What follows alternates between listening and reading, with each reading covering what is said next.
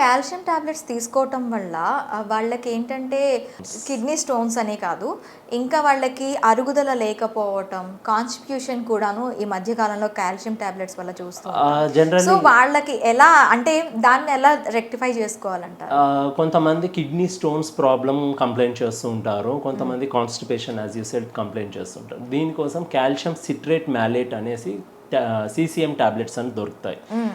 వాళ్ళు ఎస్పెషల్లీ ఇది better tablet for them, because ఇది వాటర్ డిజాల్వింగ్ ఉంటుంది.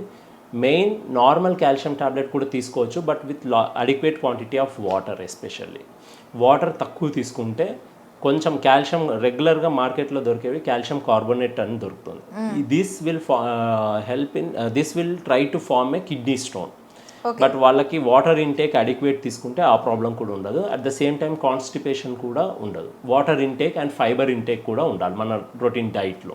Okay, fibre intake and water water intake అనేది ఇంటేక్ అడిక్వేట్ ఖచ్చితంగా ఉండాలి. తీసుకొని రొటీన్ కాల్షియం టాబ్లెట్ తీసుకున్నా పర్లేదు.